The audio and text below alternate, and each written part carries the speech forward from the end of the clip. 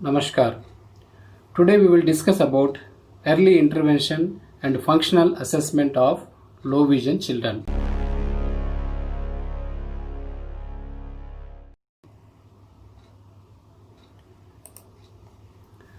Early intervention is a part and parcel of total rehabilitation process. It is individual based. It aims to help attain independence in children with special needs resulting from low vision conditions. Early intervention can be remedial or preventive the existing developmental problems. Early intervention courses or early intervention focus on the child alone and the family together. It could be center based or home based or hospital based or combined of these. Early intervention may begin at any time between birth and school age. There are three primary reasons for initiating early intervention. They are to enhance the child development, to provide support and assistance to the family, to maximize the child's and family benefits to the society. Next, early identifications. The parents of low vision children should look the following symptoms. Majorly, there are three type of symptoms are there. Number one is appearance. Number two, behavior. Number three, complaints. Based on these, we can identify the low vision children or vision defected children. First, we will discuss about appearance. Appearance means how you look. Those having vision problem, the children appearance will be like this: crossed eyes or frequent blinking, watery eyes, red eyes, excessive eye movements, frequent stay and clouding of the lens. These are the appearances. So immediately we will identify, based on these appearances we will identify, immediately we will send it to hospital and referral to nearby government hospitals or government doctors or any doctor, eye specialist, like that. Then second one is behavior. Behavior means the range of actions and mannerisms of a child. Behavior means the range of actions and mannerisms of a child. It means that based on behavior also we can identify easily the vision defects of the child. In that, number one is rubbing eyes excessively, holding books very close to the eye. We all know that when we read the text material, minimum 30 centimeter distance we have to keep the textbook from our eye. For those having vision problem, the child hold books very close to the eyeball. The next one is tilting head while looking, or avoid close work such as identify stones from eyes or threading, bifurcations of the small items, reading, writing. Usually they will avoid. Those having vision problem, these activities they will avoid. The next one is making errors when reading and copying. So when we read, they will leave it in between one line or one words, or grammar mistakes they will do. For reading one page it will take a lot of time. Such problem they will face. If they are facing such problems, immediately we have to identify as a teacher, as a parent, and send him nearby the ophthalmologist. Then making errors when reading or copying. The next one is clumsiness and facing difficulties while walking in the environment. They are unable to walk perfectly in the environment. Then we have to suspect this child, he is having some vision problem. Then stumbling over object then bumping into walking. Then it means that sometimes they will fall down, very difficult to move in the staircases or in dim light. So that's why if the child is unable to move, then we will suspect that child is having some vision defects. The last one is complaints. Complaints means express feelings of pain. Complaint means express feelings of pain. Most of the time the child will express his feelings. I am getting headache, seeing double, pain in the eye, redness in the eye, blurring of vision while reading and writing. Such complaints they will do, then they will express to teachers as well as parents. Then parents will take positively, immediately took them hospital and for clinical assessment. The next one is, what is a functional assessment? Now we will discuss about what is a functional vision assessment. Functional vision assessment is to make people use their residual vision. They are normally done in school premises or in residence premises. The functional assessment will done normally in school or residence. The next point, why do a functional assessment? We cannot tell how much a child sees from looking at their eyes. Some children's vision is also affected by cerebral vision impairment.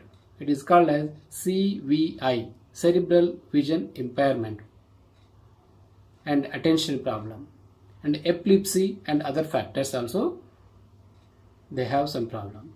So that is why an assessment can help to ensure that a child makes most of sight they have by observing the child. In daily routine, adjustment can be made as per need.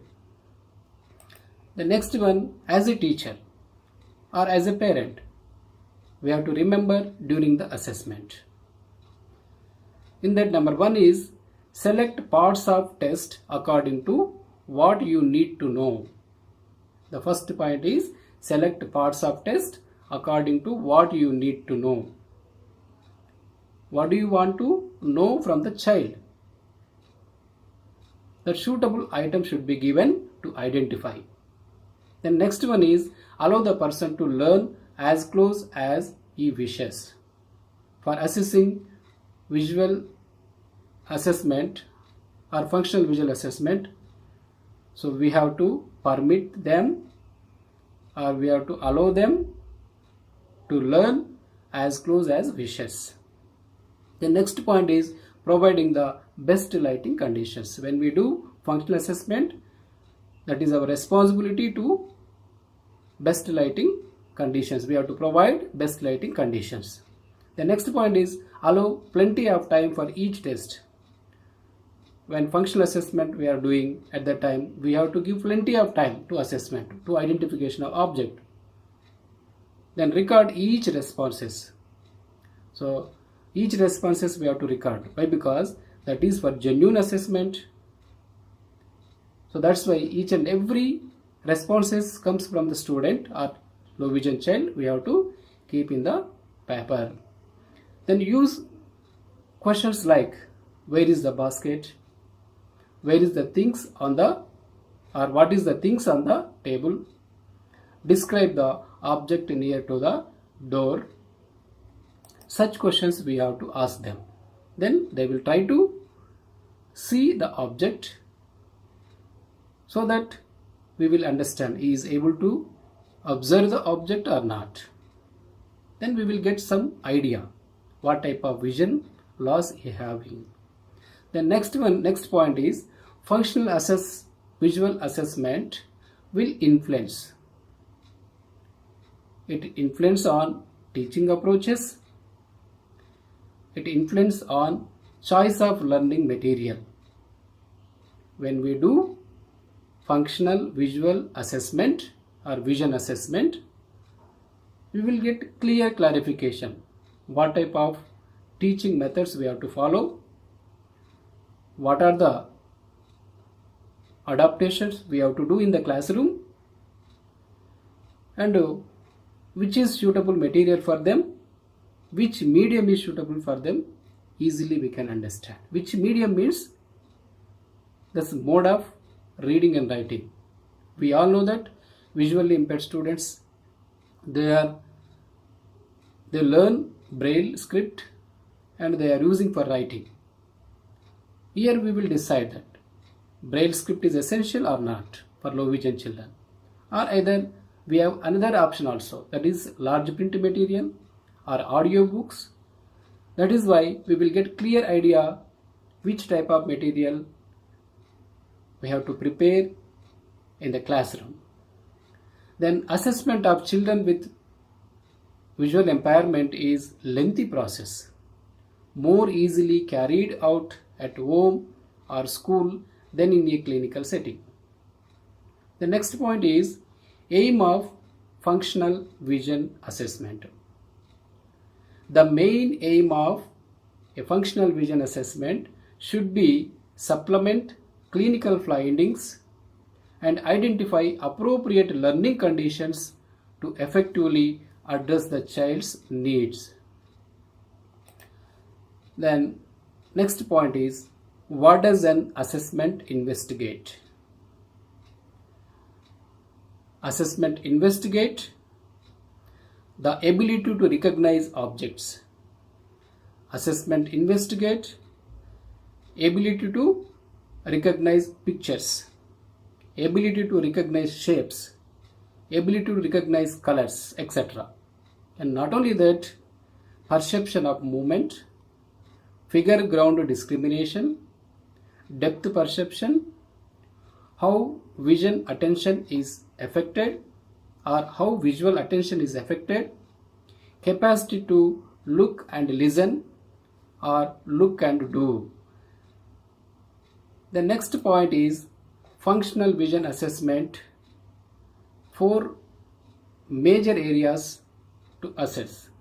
Number 1 is communication. How we'll assess communication in the low vision child? Based on eye contact, based on expressions, objects, distance, color, gestures, visual signs, auditory, vocal language, and tactile information. These all help to assess communication. The next point is near vision related activities. Then functional vision assessment areas to assess near vision related activities, and also activities of daily living life or daily living skills.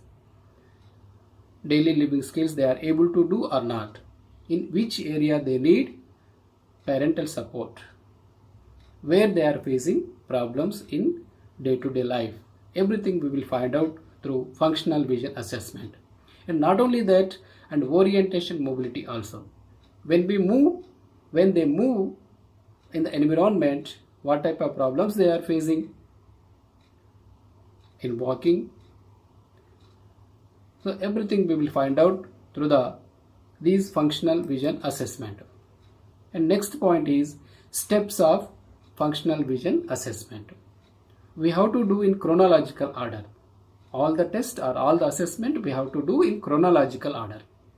First we have to do visual acuity and field of vision test. For visual acuity we all know that Snellen chart we will use for clinical assessment. And observe the use of visual task. We have to give one task to the child. We have to observe them. They are able to do or not. How much time they are taking to complete the task. Any confusions and everything we have to observe them. The next one is limitation. We all know that visually challenged or low vision having some limitations. So what type of limitations they are facing? Then tracking. Tracking means moving object. Following moving object is called as a tracking. The child is attending moving object or not. If he is not, or if he is unable to unable to find the moving object, maybe he having some vision problem. The next one is identify color contrast. So he is able to understand the color contrast or not, shape of the different objects. Then walking by avoiding barriers on away in the environment. Is there any barriers? Is going right way or not? If vehicle is standing there, sometimes the children will go straight and will get accident. In repeatedly is doing like that, easily we can suspect he has some vision problem. Then next, identify pictures, identify difference in pictures, identify incomplete pictures and complete pictures, and eye and hand coordination and eye and foot coordinations. Next point is steps of low vision assessment. The first one is a review of the medical record. Second one is observation. Third one is interview. Fourth one, visual acuity assessment. Fifth one, near acuity assessment. Sixth one, pinhole acuity assessment. Seventh one, assessment of visual fields. The next, eighth one is contrast sensitivity assessment. Then refraction. The next one is glare sensitivity. Then additional test. So these tests or these assessment areas are most important for low vision children. Then first we will discuss about review of the medical record. I am requesting all the special educators, when we enroll in the school of low vision children, mandatory we have to keep their medical record in our school. If anything will happen in the classroom or in our premises, and immediately we will take action based on the previous medical records. That's why each special teacher mandatory we have to maintain a medical record of the low vision child. The next, medical or surgical records, both systematic and ocular records, we have to observe them. The next one is observation. Observing the low vision child behavior and his physical status can provide an insight to the severity of the problem. The next point is interviews. Interviews also can help to identify the child. Interviewing is important in order to understand the emotional status and individual needs of the client or low vision child. The interview starts with the case history with emphasis on the visual problem. This is followed by the individual's personal history that includes occupation, education, living status, specific functional aspects like independent, orientation, mobility, and activities of daily routine. The next one is visual acuity assessment. The visual acuity assessment begins with determining the distance acuity of the low vision child. The procedure involves showing the low vision child large size numbers on sheets from a certain distance and asking him or her to identify them. Optotypes, single letter chart, gratings, and crowded letters of different sizes may be shown to the low vision child alternatively. The next one is near acuity assessment. In this step, the patient identifies or low vision child identifies or reads certain typeset of similar size from a near distance. The distance is accurately recorded. The typeset size is denoted in M units. Reading acuity is the low vision child ability to read a more congested and complex typeset prints from a measured distance. The next one is pinhole acuity assessment. Pinhole acuity test is used to assess the presence or absence of a refractive error improvement in vision. Through indicates that the person may benefit from refractive correction. The next one is assessment of visual fields. There are many techniques and equipment to measure the visual fields. The visual field test help to evaluate central scotoma, mid, long, peripheral constructions. The visual fields of the low vision child are important for orientation, mobility, and help in the searching. The next one is contrast sensitivity assessment. Sensitivity to contrast is the ability of the eye to perceive the smallest difference in illuminance. In order to measure contrast sensitivity, a procedure is used in which the subject comprises the illuminance of standardized target its surroundings. The next one is refraction. The basic techniques of refraction of low vision persons are not too different from the normal refraction procedure.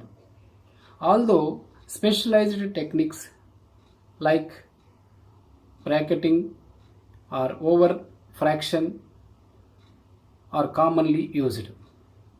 The refraction is performed both objectively and subjectively.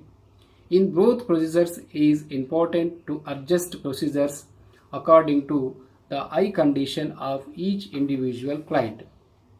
Then we all know that there are 4 types of refractive errors. One is myopia, hyperopia, presbyopia, astigmatism.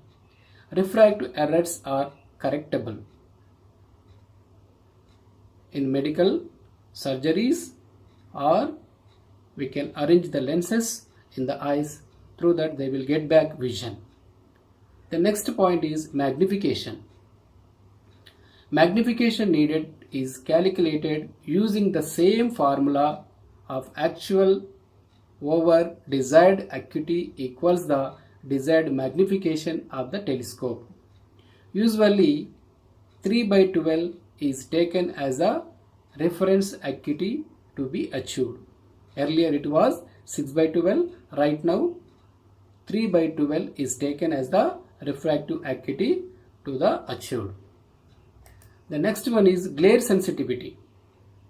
In certain conditions, glare can significantly reduce the visual acuity of the low vision child.